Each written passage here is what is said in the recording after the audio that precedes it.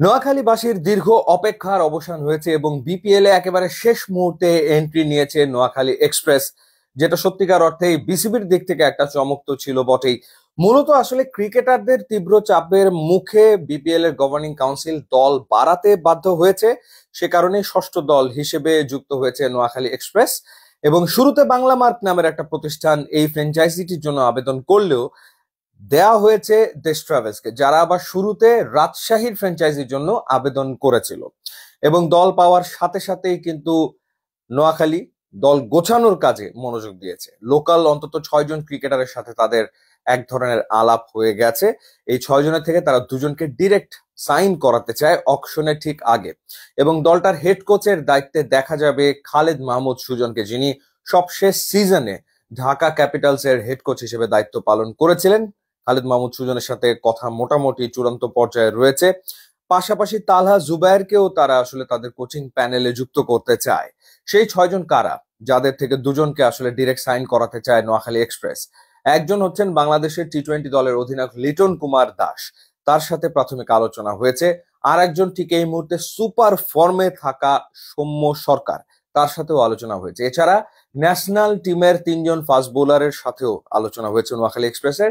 একজন বাহাতি fast bowler শরীফ, যিনি last সিজনে খেলেছিলেন চিটাগং এর হয়ে। আর একজন তানজিম হাসান সাকিব, এবং আর একজন হাসান মাহমুদ।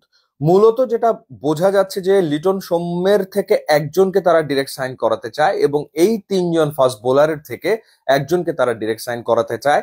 এছাড়া সবশেষ যে এই এমার্জিং এশিয়া কাপ, যেটা হলো রাইজিং স্টার্স এশিয়া কাপ, সেখানে হাবিবুর রহমান সোহান বাংলাদেশের পক্ষে সর্বোচ্চ রান করেছেন। সেই হাবিবুর রহমান সোহানের সাথেও দলটার প্রাথমিক একটা নাকি আলোচনা হয়েছে।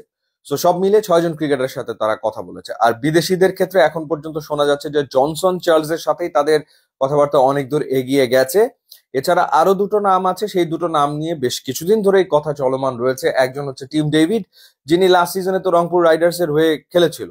তো টিম ডেভিডের সাথেও তার আলোচনা করেছে এবং টিম ডেভিডের সাথে রংপুর রাইডার্সও আলোচনায় রয়েছে। আরেকজন হচ্ছে নিউজিল্যান্ডের জিমি নিশাম, তার সাথে আবার রাজশাহী ওয়ারিয়ার্স, তারাও আলোচনা করছে।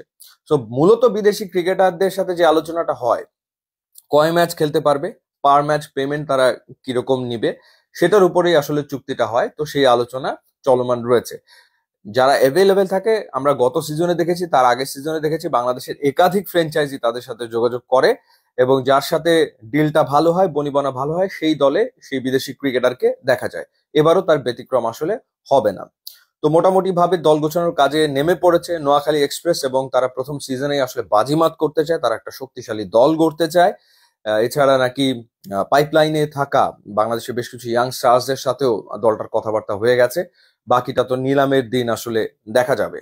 সো মূল ব্যাপার হচ্ছে যে নোয়াখালী এক্সপ্রেস শেষ মুহূর্তে বিপিএল এ এন্ট্রি নিলেও তারা আসলে একটা শক্তিশালী স্কোয়াড নিয়েই মাঠে নামতে চায় এবং তারা প্রথম সিজনেই বাজিমাত করতে চায়।